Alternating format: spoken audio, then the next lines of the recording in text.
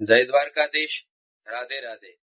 આપ સૌને જણાવતા ખૂબ જ આનંદ થાય કે ફાગણ માસની તારીખ 8/3/2026 થી લઈ અને તારીખ 14/3/2026 સુધી હરિદ્વારમાં ધર્મનગરી ગંગા મૈયાના સાનિધ્યમાં ભાગવત કથાનું આયોજન કરવામાં આવેલ છે.